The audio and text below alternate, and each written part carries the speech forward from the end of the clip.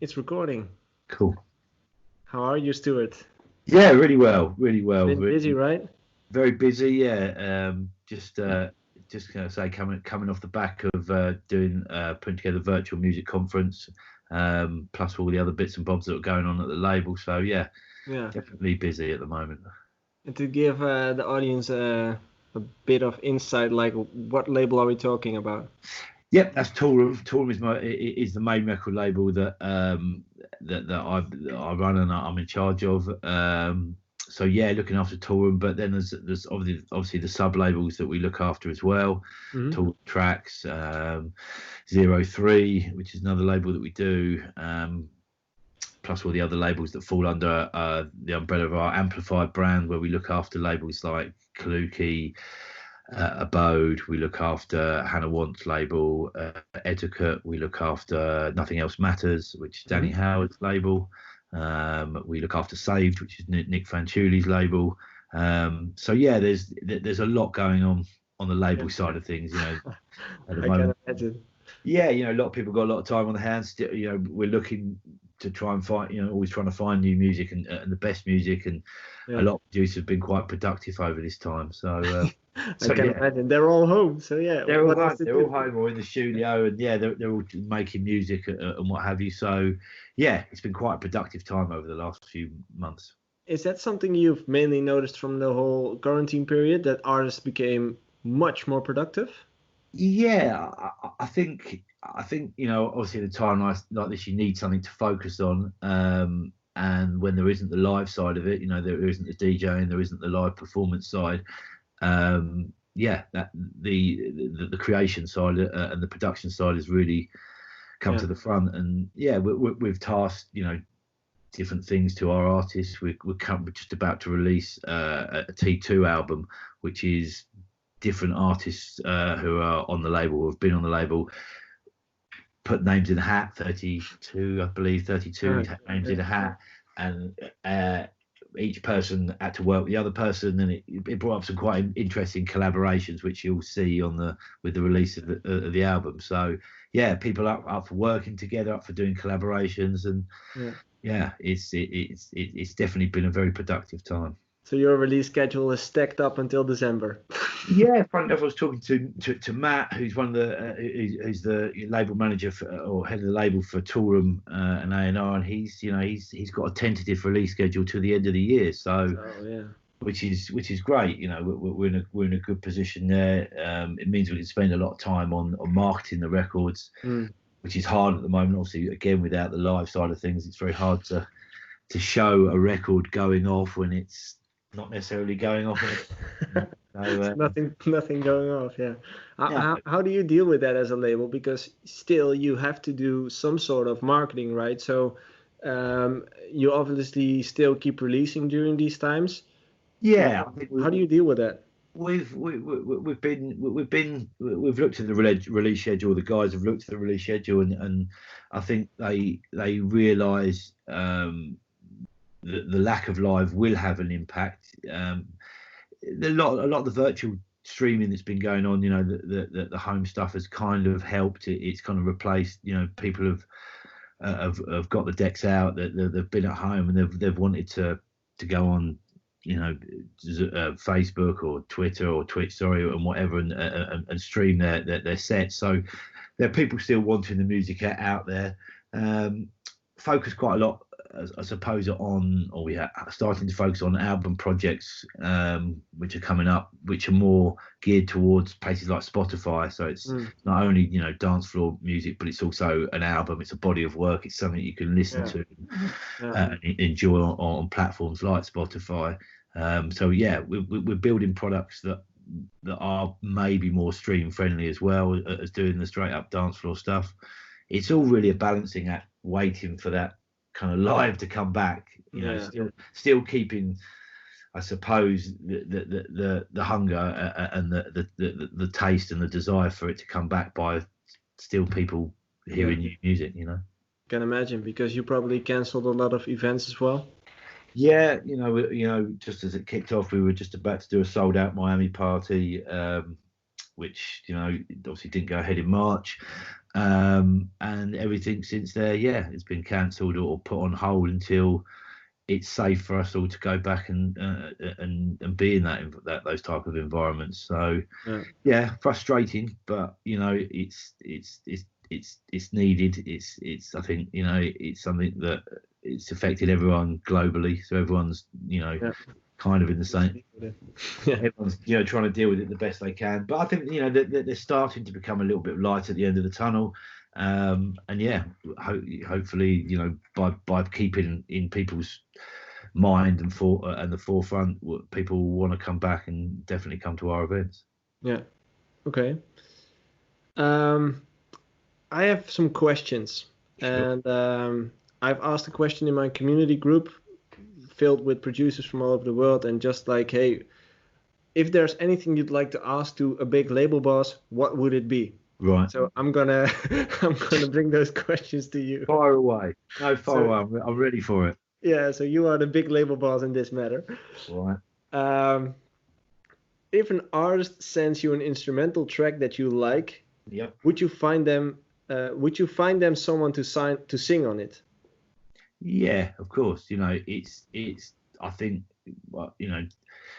the guys that work in the A&R department, I think that's the strength of Toolroom, is their A&R skills, and them being able to take a record and make it 50, 60, whatever percent better than what it is, working with the artist in order to make it the best it can be. And if it comes in that it's a great instrumental, a great groove, and we think we can improve on that with a vocal, we've got the connections, we've got the we've got the experience within the industry to be able to hook those things up, and develop the song and the artist. That's really what a label should be doing for artists. That's one of the cornerstone things, right? That they should be doing. Yeah, we do. We A&R music. We don't just put up music that we've been sent. We feel that we have the experience, we have the knowledge of the market, and also of production levels that we can add value to people's music. Sometimes we don't have to. And the more we work with different artists, they kind of know what we're looking for. And how that A&R process works. But for someone new coming up, sending us something, don't get me wrong, we like people to try and put their own vocals on their own records and try and have that, and have that. But if it's something that we see a future in, or we see potential in, then of course we're going to help to make that happen. And is the same going for mixing and mastering? If the track if you hear like it has potential, but somehow it just doesn't sound right yet? No, we put a lot of trust, and we put a lot of value on mastering, and Andy, who we use to do a lot of our mastering for us. He's very skilled at what he does. He knows the sound that we're looking for, and it's that's the role of a good record label, to really polish the product and make it the best it can be, but again in connection with the artist, to make sure that you're both happy with what you're going to put out. We will always look at things like that. Again, we've got the experience to help and make it the best it can be. I understand. And this is probably one of the biggest ones, and I completely understand the frustration that most of those artists have, is how do you get signed as an unknown artist? God, the $1 million question. The $1 million question. Perseverance, I think. That's how you get signed. Is perseverance, is talent, perseverance, and determination. Really, determination that you are going to stick with your goal, and keep trying to improve. Perseverance, so you're not taking no for an answer. You're politely taking, getting a polite no, but trying to also build levels of communication. I think one thing big record labels will always do, and if they're good big record labels, they'll always have their eye on the market, and that's not just at the top end, that's at the emerging end as well. Yeah. So some of these unsigned acts you think nobody knows about them, you'll be surprised how many record labels are monitoring what's going on, shall we say, under the surface. It's a small world eventually. Of course it is, and that's the beauty of it. Once you kind of cut into that world, if you can make the right connections with people and keep that level of communication up, that's when you start to become, your voice starts to become louder, and it's easier for people to listen to your music, accept your music, and then ultimately sign your music. It's there isn't one particular, because I get asked that question all the time, there isn't one particular thing that's going to make that happen for you. It's a culmination of 4 or 5 different things that you constantly have to be working on in order for that to happen. Could you describe those things? Because for example, your music needs to be at the right level. I think at these times you also need to have a decent social media. Totally. It helps. What are some other things that you as a big label look at that you need to have? I think for someone like us, what we look at is we very much see an artist and a project as a kind of almost a business within its own right. So and it's a bit like, sorry, my printer's going. It's a bit like if you were to go to the bank and setting up a new business, you'd be going asking for money. And coming to me, you'd be asking for me to sign your record. What the bank and what the business would require is for you to put a business plan together. Yeah. So it's when you say your social media, your production has to be on point. It's all those things culminate almost in a business plan, and that's how you've got to attack it. I think, especially for big labels to really go, this guy, this girl, this group, whoever is coming to you with their music, they've kind of got their shit together. Yeah, exactly. If you pardon the words, but they've got their together. They're organised. They know now that they know where they want to go, and they know how to control where they are at the current time. And what a big label then does is then amplify that for you. They sign the record and they amplify and they cultivate, hopefully, something that you've already started. It's a good way to put it. You amplify it as a label. Yeah, I think that's what big labels are looking for, because it is, and it's the same with major labels. Gone are the days a little bit of them plucking someone from obscurity. Don't get me wrong, it does happen. There are occasions, but the majority of the time of picking someone from the obscurity and going, we're going to turn you into a star. More often than not, you'll find that person has already been working away, developing, building a fan base, doing all the right things for the big label to have a look at. Sorry, it's all going on. No worries. Let me just see this. Sorry. I think. Sorry, put that back. I think that. It's having a really good and a really well organised brief and plan before you approach a label. A great record is a start, but as you say, for a record label to be really confident about bringing you into the fold and putting their team behind you and their resources behind you, they want to see that you have a lot of those bases covered. You have good social media. You have you have a good presence, a good communication with your fans. Yes, the music is the best it can be. You've got and you've got a plan as well. You've got an idea of where you want to be after the release. We always say, especially when we're working with people through the academy, is when you release the record, that's just the start. A lot of people look at it, well, that's the finish line. It's just the start of everything. It's just the start, because it's your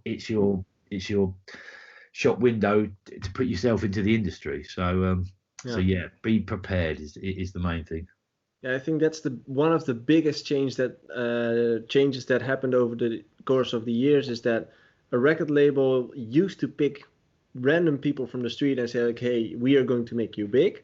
And right now you already have to do a lot of things by yourself, and the label can amplify it. I think that's one of the biggest things that changed over the course of the years. Oh, definitely, definitely, and I suppose technology plays a massive part in that. Yeah, social media. Yeah, because everyone is a publisher now. Everyone has a voice. Everyone has the opportunity to attract people, either in a good way or a bad way. It's there. It's open. It isn't that there isn't this curtain where you can't get to the wide world. You also don't necessarily have to have huge budgets in order to be able to appeal to people. You have to be able saying something that appeals to a wide audience, and also that has continuation to that. That you've got a continual message to be able to put out there that makes sense, that attracts people, that leads to something that people buy into. So yeah, technology for me has played a big part in really, yes, taking away that we're gonna pick you out of obscurity, but it also gives you the tools to propel yourself to a level and an understanding of the industry before a label actually gets involved with you. You've got those resources. It's again going back to the virtual music conference that we did. I wish when I started there was something like that around, so I could go and learn before I started. Yeah, that would really helped. Or at least give me some kind of pointers what not to do. Because I'm always probably going to do what I want to do, but I want to know what not to do. Yeah, so exactly. that's an encouraging thing for me. That if you're coming through now, you've got a lot of tools at your disposal to go and find out.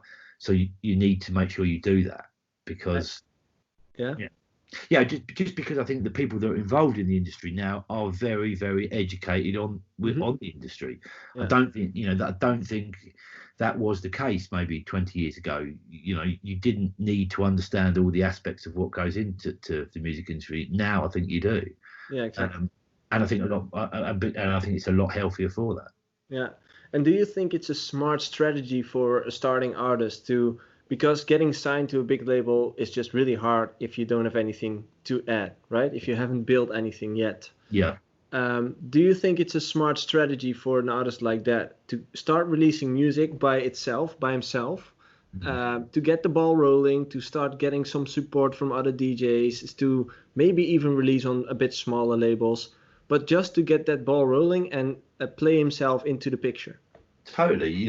Again, as long as you do your homework and you prepare for it and you get the look right and everything like that, of course, going back to what I said before, good labels with good A&R, with good kind of people out there in the scene will notice up and coming labels or up and coming artists that are self-releasing.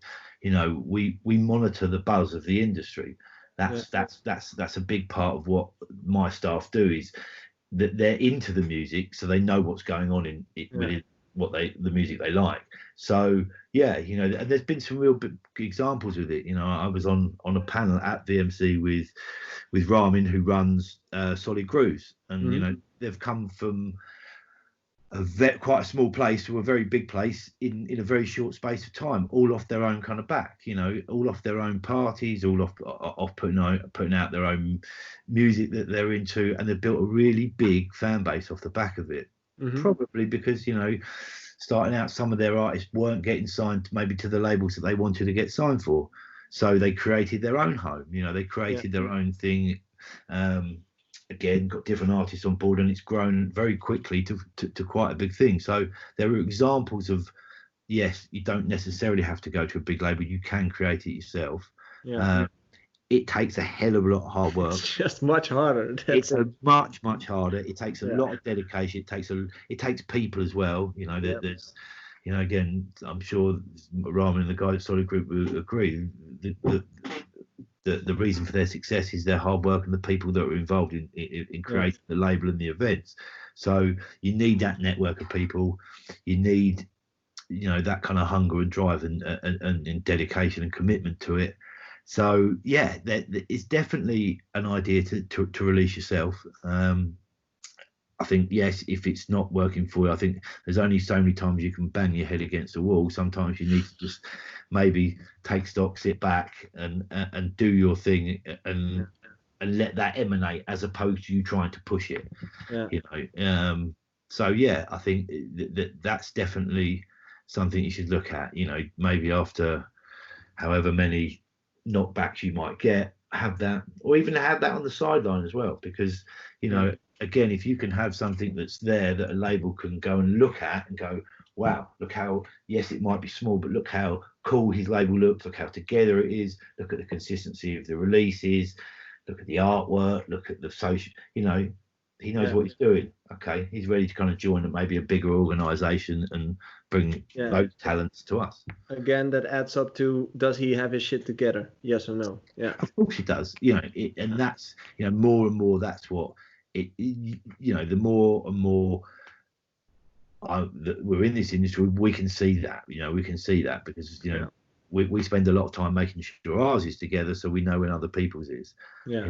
So it's pretty simple. And talking about that home, because that's one of the things I've seen happening in the last couple of years, mainly, is that you started to see some, like, call it families, like labels, creating some sort of homes for certain artists. And right now, like, getting to play in a festival, you kind of have to be part of a family, a label, to get a place on the stage at a festival. Right. Do you think that's important to become part of one label, or do you feel like it's still important to keep releasing on different labels? It's different, because just by nature of kind of tribes and the way we are, yes, I suppose we're one family when it comes to being involved in dance music, but within that family there are tribes, there are different camps and different things, and I think in some ways that helps, because it helps people kind of define a little bit what they're into. In some ways it does hinder, because there isn't that, well, I can play for you, I can play for you, I can be this, I can be that. Most organizations are excuse me, looking for a level of loyalty, I suppose, for the investment they make. But I think what's good is, maybe if you can balance it over maybe a couple of labels, 2 or 3. It all depends what that first label's offering you, and how much of a commitment they're going to give to you. And again, it comes down to communication. If I'm working with an artist and putting a lot of time and effort into him, and I don't know about the release he's got next week on another label, which he didn't tell me about, it's quite hard then to get excited about the next record that he gives me. So again, it's about just communicating and saying, being honest and open with labels and saying, love the opportunity you're giving me, but for me, and again for you, I think it might be beneficial if I can release here as well. And again, as long as it doesn't conflict, because there's no point all trying to fight for the same thing. It can be beneficial for all, because exactly, because if he adds new fans to his fan base because of that release, you might sell more records as well. So totally, and I think over the years we've not only built a roster or a family of very close artists, we've got a wider family of artists that do that dip in and dip out and do whatever. And because the communication and the relationship we have with them, we're cool. That's cool with that. Do you know what I mean? Everyone knows where they stand from a loyalty perspective. So it's doable, and I think it's a good idea. It's just how you communicate that with the label, both labels you're working with, and it's it's got to work for all. Do you know what I mean? It has to work for all. Has to work for you as the artist. Has to work for both the labels. And I think that is achieved very easily just by communicating. Not many labels can just solely do one artist. You know what I mean? It's hard. It's very hard.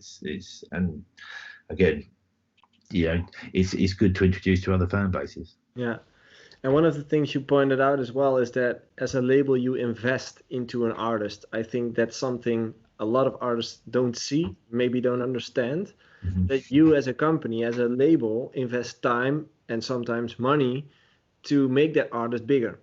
So you will probably be kind of upset when he leaves you after investing all that money and time. And yeah, I think we've been fairly lucky. Most people that have kind of either gone to other places or what have you, or released on other labels, it's been either a natural progression. It's been just maybe a period of time where the relationship hasn't been there and it's drifted, so there's no real hard feelings in that way. But yeah, of course we want a level of commitment if we're going to make investment. It goes without saying. You're building a relationship, right? Yeah, it's you don't want to feel cheated in any way, because it doesn't.